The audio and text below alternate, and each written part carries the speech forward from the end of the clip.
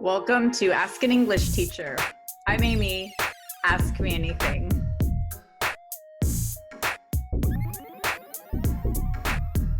Today's question comes from Simone. Simone asks, what does up for mean in this sentence? I'm up for a girls' night out. Fun question. Thank you, Simone. Girls' night out refers to an evening event or activity with a group of friends that are all female, generally going out to dinner or a bar, a movie, some kind of activity, like social activity together. Up for, when used informally, like in conversation or texting, means to be in the mood for something, to be willing and available for something, to want to do something, basically. For example, hey, are you up for drinks on Friday night? Do you want to go have a drink on Friday night? Yeah, I'm up for it. Sure. I'm up for a vacation means I feel like a vacation. I could use a vacation. I'd like to go on vacation. I'm up for a vacation. We could say, who's up for a challenge?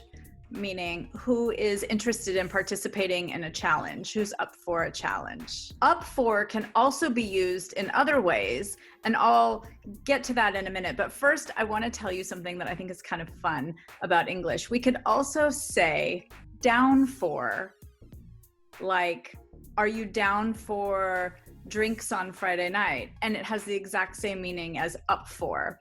So for example, who's down for a movie tonight? Like, who would like to see a movie? Who's interested in going to see a movie? I could say, I'm down for pizza, meaning I'm in the mood for pizza. I'd like to eat pizza.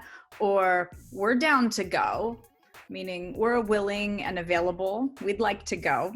Try writing your own sentences with up for and down for in the comment section of this video. So a moment ago, I mentioned that up for can also have other meanings. In addition to using it informally to say willingness or interest or desire in something, it can be used a few other ways, and I want to discuss those ways. Up for can mean to be considered for a job or a status. So for example, the candidate is up for re-election. Or she'll be up for a promotion next year. It can also mean to be available for a particular purpose.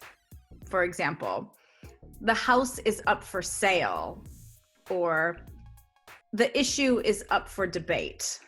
It can also mean appearing in a court of law when you've committed a crime or you're accused of a crime.